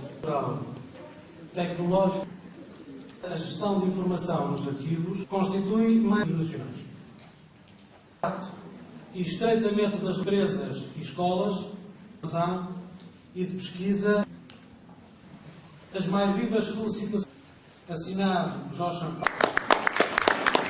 Para continuar os trabalhos, seguindo-se a intervenção histórico-militar e se seguirá a HP com mais dados aliciantes, com a presença dos arquivistas e documentalistas que... Boa tarde, ser o mais breve que deve ser. Mas muito resumida, só para se perceber o prazo de vida também à Almeida para a criação do Instituto de Aviação em 1912, o primeiro avião militar, a criadora da aviação militar em Portugal. Em 17 temos a ativação do serviço, ainda em 17 a criação do serviço de aviação. Em 1917, da guerra do Serviço Aeronáutico Militar, ou seja, a quinta arma do Exército, uma reorganização do Exército para o Comando-Geral próprio, com direito pela primeira vez importante, porque aqui definimos a BA1, BA2, BA3 e por aí. 1949, portanto, para o arquivo. 1905, 1 de julho de 5 e única, visto que são nesta altura extintas. Já viram que as primeiras anos depois, chegamos a 1950, que então vamos ter, há muitos mais anos, de abril, e só após o 25 de abril, é criado em 1950 o Arquivo Central Histórico da Força Aérea, tanto um arquivo como mais de arquivos de elementos que tivessem passado pela Força Aérea. Estamos a falar no mesmo sítio, arquivo ser o que é, um arquivo autêntico, definitivo, pretende ser encarregue da conservação da FAP no exercício das suas atividades. O ponto do serviço não está informatizado, seja uma simples secretaria de fundos, não temos que andar atrás. Esta aplicação permite mesmo a automatização das pesquisas repetitivas, blá blá, mas este blá blá é este. Ganhamos espaço à gestão do arquivo. Pretende as comunicações, gerir procedimentos de aceder aos vários tipos de estatísticas. O Infogest, há pouco mais de um mês, já o pelo menos evitar. Talvez por tanta instituição, vamos buscar aí uma espécie de boleto que me tenho pendurado muito. Após a análise das o que temos é praticamente um depósitos de papel. A Infogest não foi a primeira opção. Já ligava era que nós nos tivéssemos que adaptar e depois é dito que isso obriga-me que eu tenha que adaptar o meu ação e cada arquivo é um grupo de arquivistas ou de... Claro que não meto as minhas mãos no mundo por ela, não é? Essencialmente por isto. Não sou eu que me vou ao arquivo. Já falei no arquivo de flexibilidade, simplicidade e já foi dito. Tido em conta aqui uma questão que é esta aplicação por trás tem o ideal será ali o engenheiro Vítor ao problema. Não houve problemas de incompatibilidade nenhum. Ter tipos de ajuda, documentação, segurança. Esta aplicação, vocês também já viram nas multiavaliação, as fixação. Eu é que escolho qual é que é esse tamanho. O que, por um lado, poderá não facilitar. Se calhar, por ser tão flexível e tão simples, não poderei dizer que é da aplicação. A abertura que eu, de escritores e modos de pesquisa, eu escolho os modos de pesquisa. Acesso a imagens e multimédia, já viram também tido isso. Tive configuração, tivemos isso em conta. Há uma possibilidade de interface com outros programas, propriamente com esta aplicação da documentação. Depósito ou vários, ainda no documental, não temos lista. Arrumadas de forma bonita. Apesar de sermos um arquivo definitivo, poderemos ter via de estar no arquivo de descrição documental. Não temos isto que estamos a fazer há cerca de um ano e tal. Fazemos isto manualmente, com as fichas que foram sugeridas, porque ainda não sabemos que séries é que 09, que vem num manual que é distribuído, sugerido aquela ficha. Nós seguimos a folha, usar intelectualmente a documentação, por SES. Posteriormente, a DFRD, que é o campo do número provisório, guias de remessa também. E para organizar fisicamente a documentação, não aquela que o indivíduo lá está. Isto em papel, temos a localização, o título dos códigos de classificação, cota, âmbito e conteúdo. Das séries, seria algo a se fazer assim. Nós, quando transpomos esta folha de recolha, porque automaticamente me faz, campo de observações faz sempre falta, pelo menos que me sirva para aquilo, numa aplicação. Esta era a folha que a maior parte deve conhecer. Nós, manualmente, para o Infogest, e aqui há cerca de pouco mais de um mês. Ou seja, não estamos a aproveitar este programa. É que isto que eu puser agora e quando fizer outra, depois seja 10, eu vou recuperar esta informação toda. Digamos ali a ter milhares de fichas em papel e a recuperar aquilo tudo. Visório até as observações que têm os campos todos. E pronto, foi isto que nós fizemos. Está feito. Não tenho... Espero...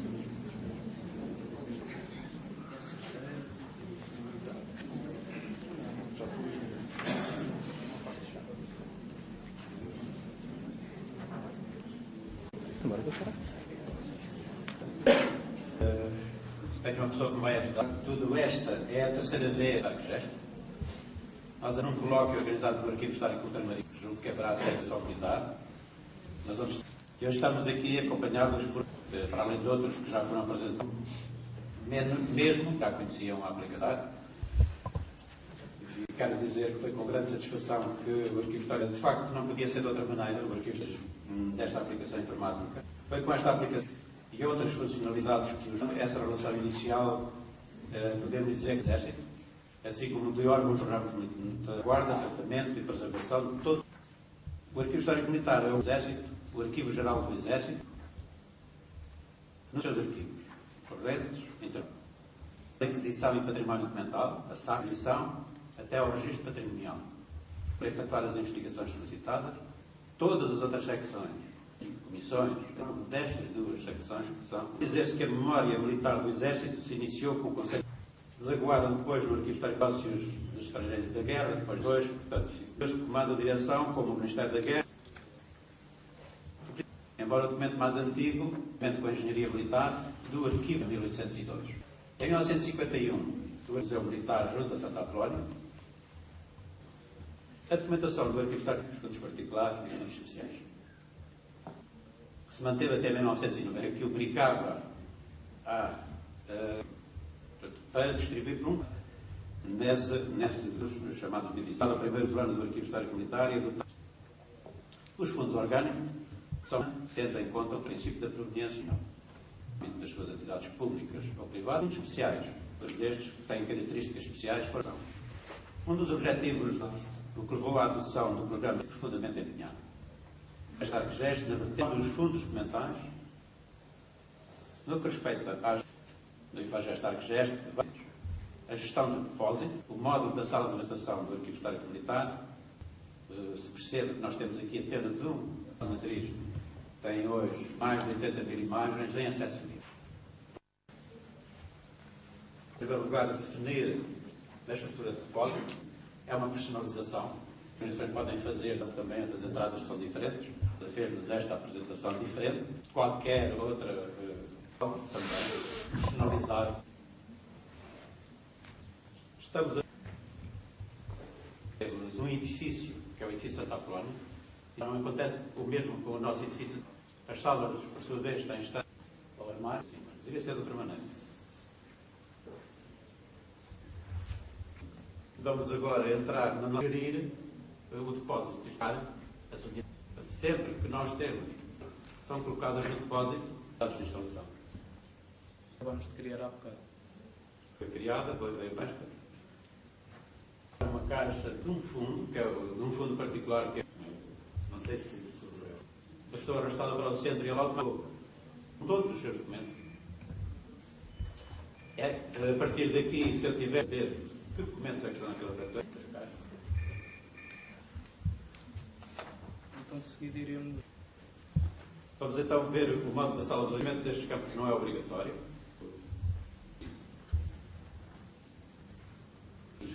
Isto é, o leitor pode ir e, portanto, ter os arquivos.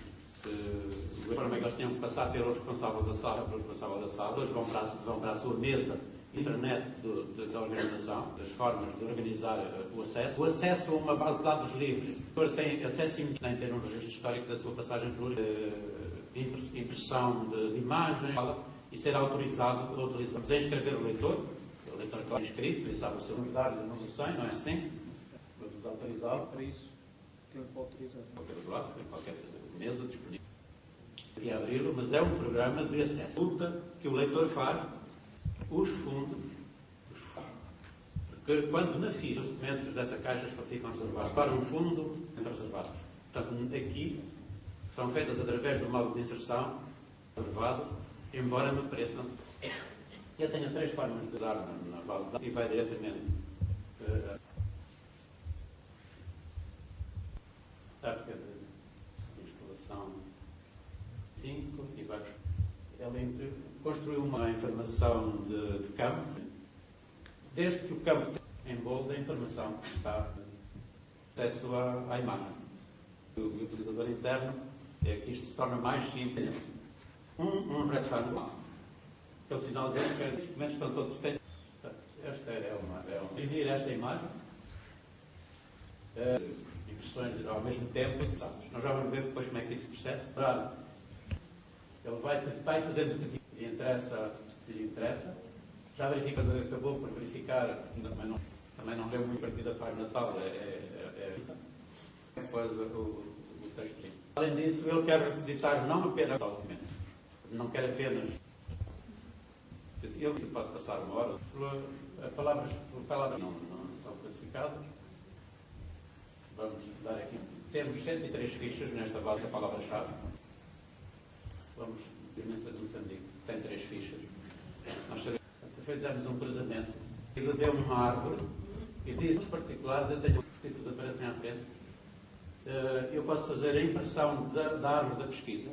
Fiz uma pesquisa, aparecem as duas palavras que eu cruzei, aparecem em cima, na folha da pesquisa, e depois aparecem-me impressos daquilo que está ali.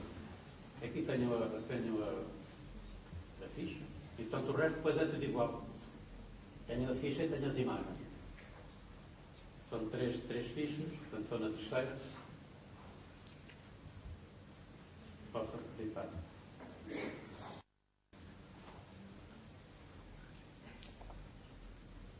Vamos ver o terceiro processo. terceiro processo de pesquisa. Portanto, aqui é uma pesquisa de todo o texto. Eu só tinha que escrever palavras, cruzar palavras. O I, o go, e no, e não.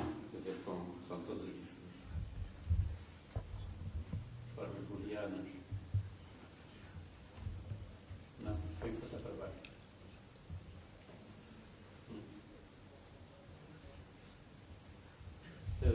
Maiúsculas a minúsculas não faz diferença. Não é necessário escrever com maiúsculas. Cá está, aqui já tenho, está a ver, aqui já tenho 2 grupos de fundos que têm esta. Mostra a ordem da pesquisa todas as coisas. Já tenho 2 grupos de fundos, portanto, tenho nos fundos particulares e nos fundos orgânicos. Portanto, agora posso imprimir a árvore da pesquisa. Posso ver, estou na primeira ficha de 5, é uma ficha de fundo. A cota de fundo F é o fundo 14. Esta é uma cota de fundo. Portanto, não tem imagens. As imagens estão feitas nas cotas de documento. Posso passar a outra. Um duplo clique. Agora estou numa cota de série. E agora tenho acesso a uma cota de documento. Sim, agora aqui sim, nesta cota de documento é que eu tenho imagens. Chama a atenção que a palavra-chave que temos em todo o texto surge de outra cor. Surge num encarnadinho. Aqui não se vê muito bem, mas não é uma cor muito, talvez muito feliz.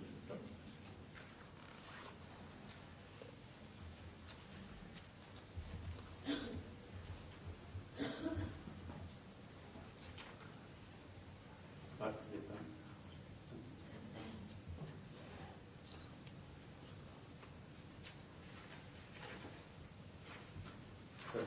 Pronto, vimos as 3 formas de pesquisar.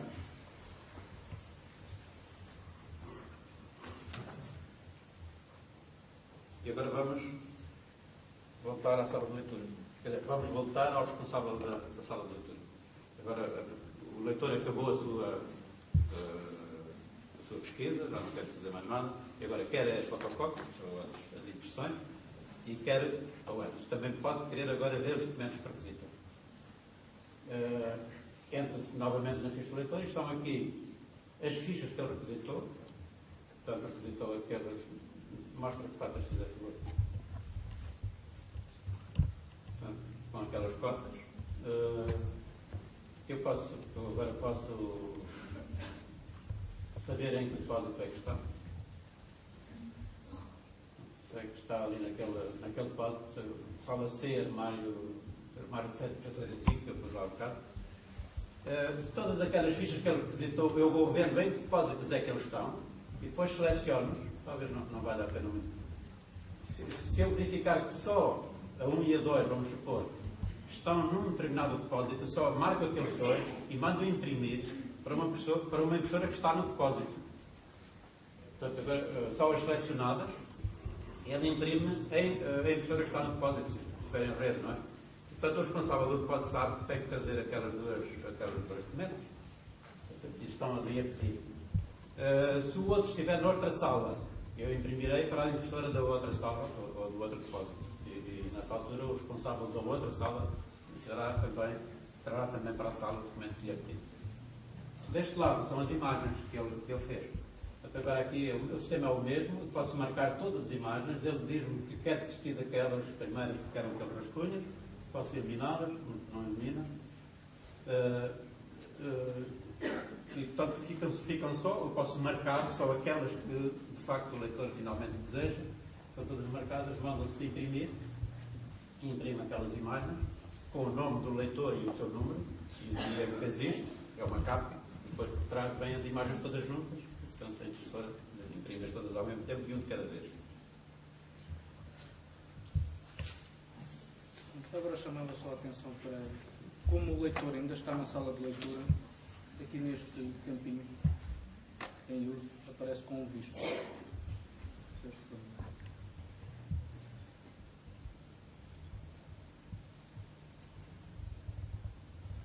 Agora vamos supor que o documento chegou à sala e que eu vou entregar o documento ao leitor. Vou entregar o original, entrego o original. está confirmado, fica-me logo ali um sinal a dizer que ele está emprestado. A base de dados assume que este documento não pode ser emprestado às duas pessoas ao mesmo tempo.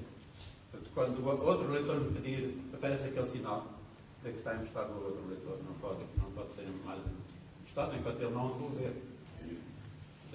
Vamos simular também um empréstimo. Não é habitual os arquivos a fazer empréstimo, mas às vezes fazem, por exposições e outras coisas dessas. Podemos fazer um empréstimo de um original, que é neste outro.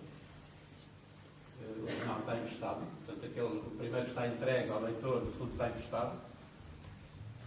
E agora podemos ver, portanto, na sua sequência, o leitor devolve o original, podemos devolver o original, é o de cima, devolve o original, automaticamente ele fica disponível e desapareceu. Portanto, ele já consultou, já não precisa estar aqui. Vai para o histórico do leitor. Agora, eu tenho um empréstimo. E em qualquer altura eu tenho ali um botão de empréstimo e sei que aquilo está emprestado. Foi na data tal, a data tal, os dias. Os dias de empréstimo só começou agora, portanto ainda há 0 dias. Ao leitor número 100 e o Sr. João Leite. Qualquer instituição que queira fazer uma exposição, os originais do arquivo também têm que se inscrever para ficar registado aqui os empréstimos que fazemos. Acho que só nos falta mostrar dentro das estatísticas, não é?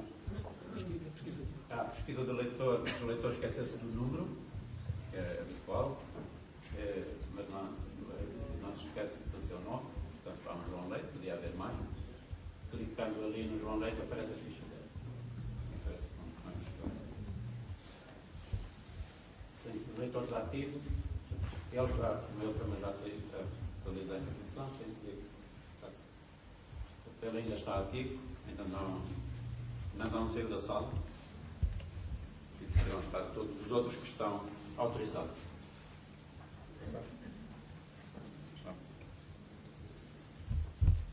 Vamos ver agora as estatísticas. Sim, finalmente vamos mostrar as estatísticas de leitura, que aliás já foram faladas de manhã.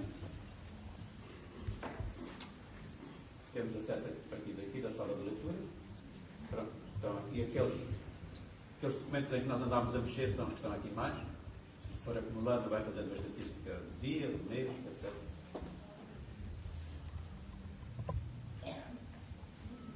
Grupos de fundos é que foram mais consultados.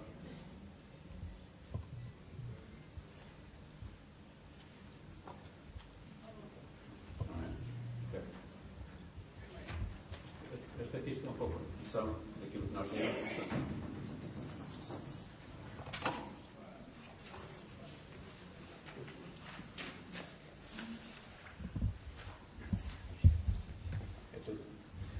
Termina aqui a nossa apresentação do Infogest.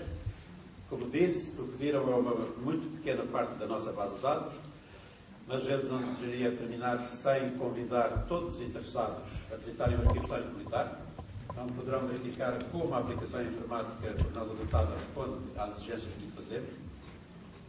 Aliás, muitos naturalmente já o conhecem. Não queria deixar de vos dizer que me foi e continua a ser importante o trabalho e a dedicação de todos os que trabalham no arquivo e, neste caso concreto, dos seus técnicos. Nós desejamos destacar aqui o trabalho desenvolvido pela doutora Maria João Marques Pires, que por motivos pessoais não pôde estar presente connosco para apresentar o Infogest. Aplicação que também muito me deve. Muito obrigado pela vossa atenção.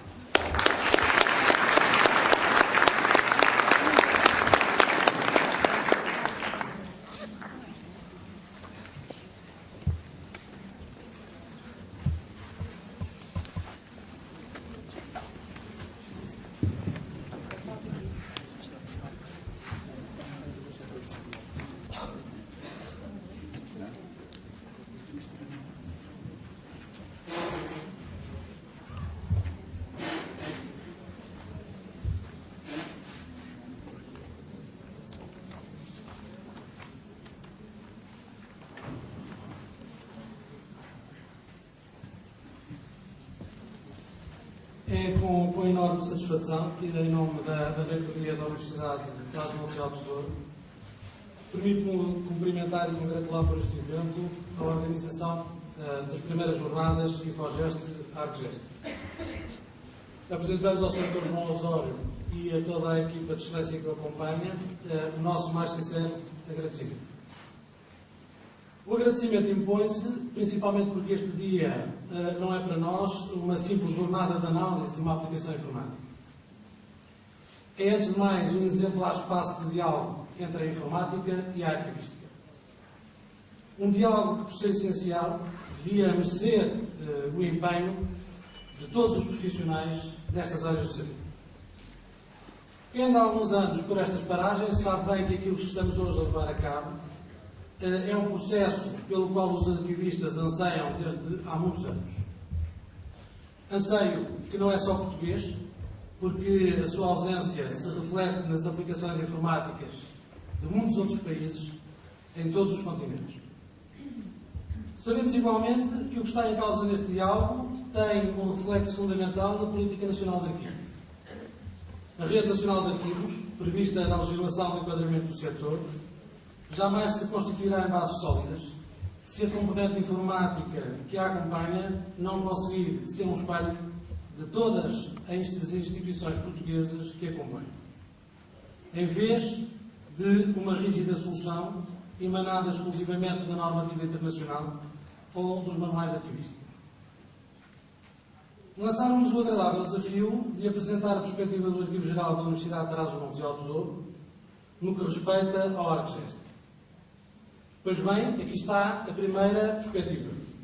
O diálogo com os arquivistas, que, com muito agrado, desde logo nos chamou a atenção na apresentação do ArcGest.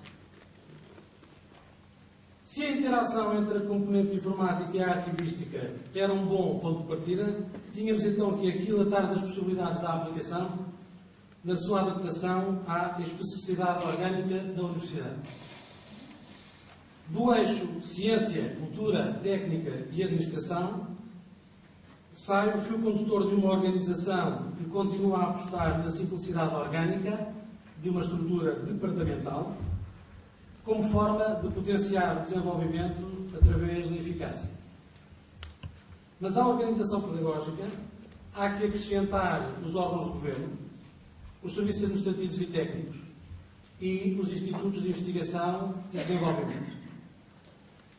Numa universidade que desenvolve a sua atividade científica, desde a veterinária às ciências da administração, das ciências agrícolas às letras, das ciências da educação às artes, necessariamente se constitui, a par de uma estrutura orgânica simples e flexível, um fundo constituído por documentos de uma elevada complexidade tipológica que servem o desenvolvimento de processos relativos a assuntos altamente diversificados.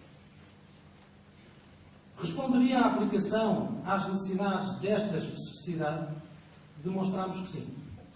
A arquitetura do InfoGest ArcGest, ao deixar a máxima liberdade ao arquivista para a criação e estruturação das unidades de descrição do fundo, seja ao nível orgânico, seja ao nível documental, responde em concreto às nossas necessidades. Esta é uma questão fulcral. Tanto mais que, defendendo desde sempre a necessidade de respeitar as normas internacionais de descrição e arquivo, enquanto linguagem universal da arquivística, tínhamos aqui uma resposta cabal às nossas preocupações relacionadas com a descrição. Não pretendemos fazer um levantamento exaustivo da análise a que procedemos à aplicação. Então só queremos dar o nosso testemunho sobre a resposta que o ArcGest potencialmente pode dar às nossas principais preocupações.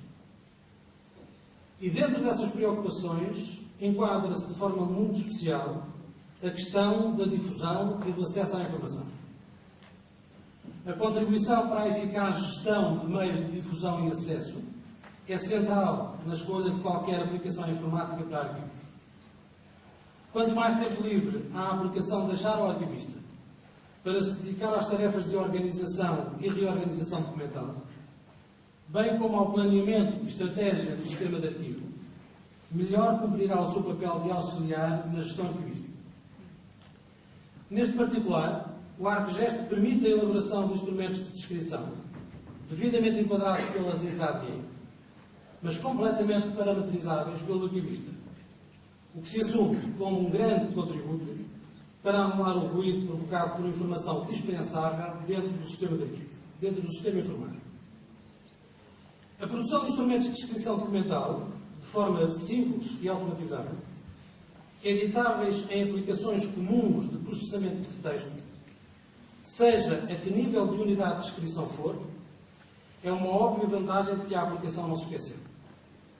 Neste campo específico, deverá a equipa do Infogest ArcGest trabalhar com grande acuidade os modelos pré-definidos, tal como para os quadros de classificação de funções meio, compreendendo a realidade de grande parte das instituições portuguesas que têm uma óbvia deficiência em recursos humanos especializados. Sabemos que é uma realidade em mudança, mas é ainda uma realidade dolorosamente generalizada. Ao traçar o perfil do utilizador, tarefa nunca acabada, o Arquivo Geral da UTAD depressa se apercebe da fineza que tem que conferir aos instrumentos de pesquisa.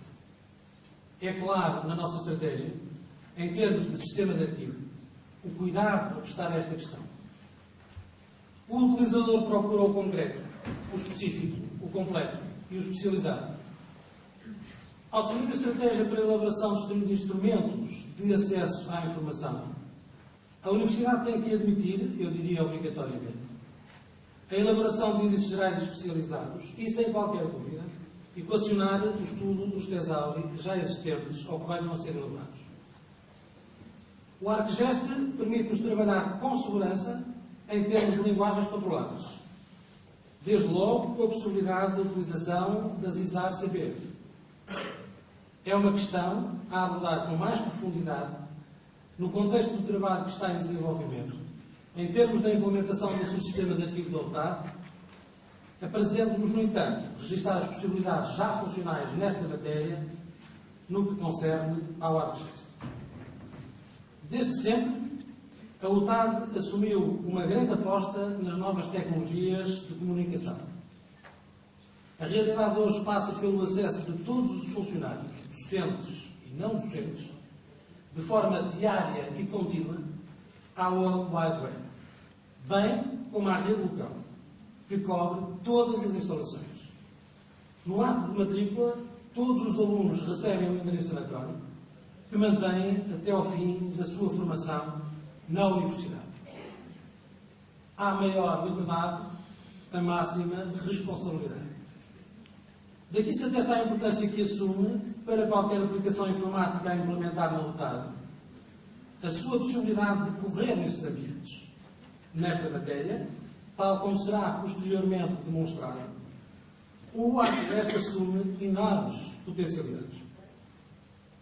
Esta questão, relacionada com as novas tecnologias da informação-comunicação, leva-nos diretamente à análise de um último ponto, que refutamos da maior importância partilhar aqui hoje. O futuro. O futuro, em primeiro lugar, do Arquivo Geral da UTAD. E depois, se esse futuro pode ser acompanhado pelo ArcGest. Ao dar ao arquivo, e cito, a importância e relevo que a UTAD pretende dar ao setor, a reitoria da Universidade afirma a exata compreensão do papel do subsistema de arquivo como elemento estruturante de gestão. A UTAD pede ao Arquivo Geral eficiência, eficácia, modernidade e inovação. O regulamento do Arquivo Geral, que se encontra em cima da mesa, responde às exigências pedidas. Pretende-se o cumprimento da ação arquivística em todas as fases do documento. Pretende-se a arquivística integrada, ou melhor, a verdadeira gestão de documentos. Se a ação sobre a documentação com potencial valor secundário é uma tarefa prioritária, a verdadeira tarefa é o sistema de arquivo. É aí que a teoria arquivística assume a sua verdadeira importância, dando corpo ao conceito de sistema. A ação na produção, o intermédio como espelho fiel das necessidades de um histórico que se constrói diariamente. Se o ArcGest é para nós uma realidade de trabalho de grande qualidade e operacionalidade, em termos de arquivo histórico, assumimos com óbvio entusiasmo o seu desenvolvimento em termos de arquivo corrente e intermédio. O fator nacionalidade não deve condicionar nunca de per se a escolha de uma aplicação informática. Mas se os outros fatores de escolha estiverem presentes, deverá certamente fazer a diferença.